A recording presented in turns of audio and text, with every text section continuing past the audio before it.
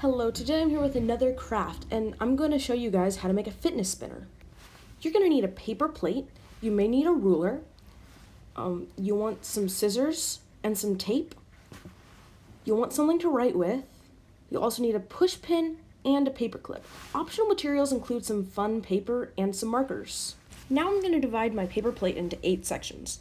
To do that, all you have to do is make a cross and then divide each section into 2. So I drew it in pencil and then I went over with marker to make sure my sections were relatively equal, although they don't have to be perfect.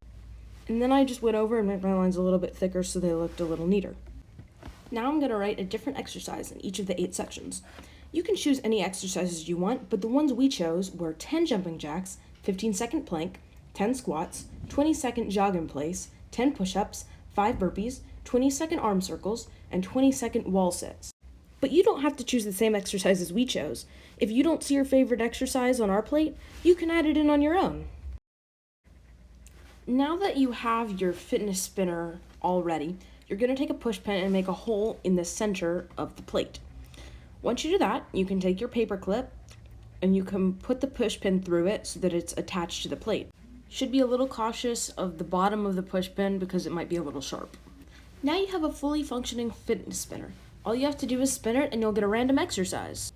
There are a few optional little things you can do. Take a little square piece of paper and cut it into an arrow that fits on your paper clip.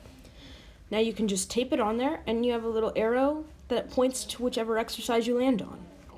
You can also take some markers and decorate your fitness spinner however you want it. And now we have a finished fitness spinner that we can use to exercise with.